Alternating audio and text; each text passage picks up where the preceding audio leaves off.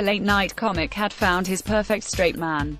In June 2014, John Oliver sat down with renowned theoretical physicist Stephen W. Hawking for an interview.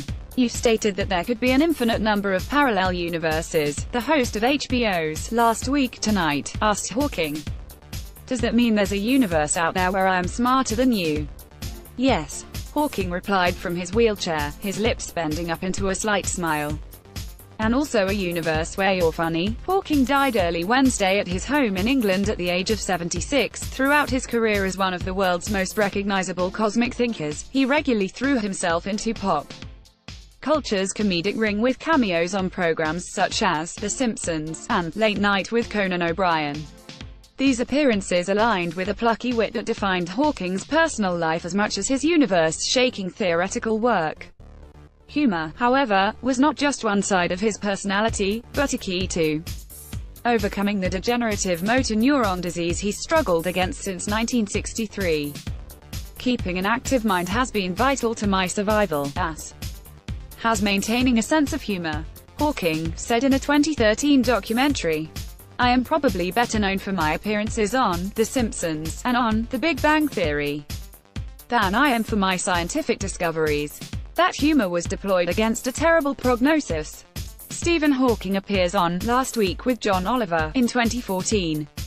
YouTube. Last week, at 21, Hawking was diagnosed with a condition similar to amyotrophic lateral sclerosis, also known as Lou Gehrig's disease. According to the ALS Association, half of all people affected with ALS live at least 3 or more years after diagnosis. 20% live 5 years or more, up to 10% will live more than 10 years. The disease would eventually shut down Hawking's motor functions, rendering him speechless and unable to move without a wheelchair. Doctors initially said he would be dead in 2 years. His condition, however, proved to be a rare slow-acting version. But Hawking fought through his deteriorating physical state, rising to a position as a celebrated professor of mathematics at the University of Cambridge and altering the popular conception of physics with his 1988 bestseller, A Brief History of Time. Yet the fact Hawking survived into his 70s is remarkable in its own right.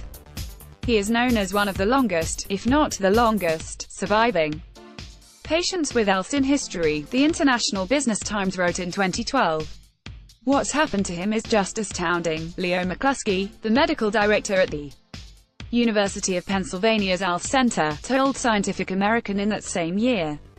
"He's certainly an outlier." In a January 2016 question-and-answer session, Hawking credited "my work and a sense of humor" with keeping him alive.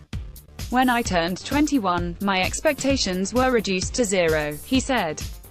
"It was important that I came to appreciate what I did have.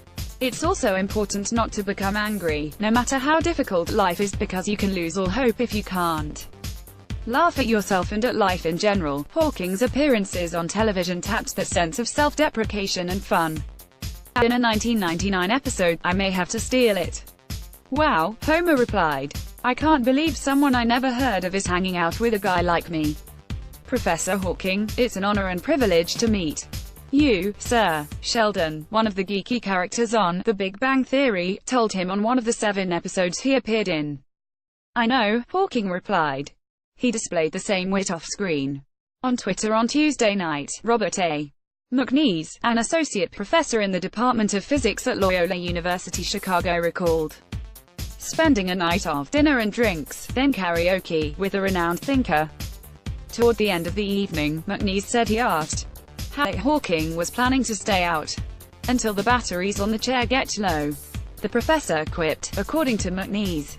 In 2009, Hawking threw a champagne party in Cambridge. Bottles were poured out, balloons strung around the room. But there was a catch: Hawking did not send out the invitations until after the party. It was not for his contemporaries, as he explained in a YouTube video, but future time travelers. "I hoping copies of the invitation, in one form or another, will survive for many thousands of years," Hawking explained in the video. "Maybe one day someone living in the future will find the information and use a wormhole time machine to come back to my party, proving that time travel will one day be possible.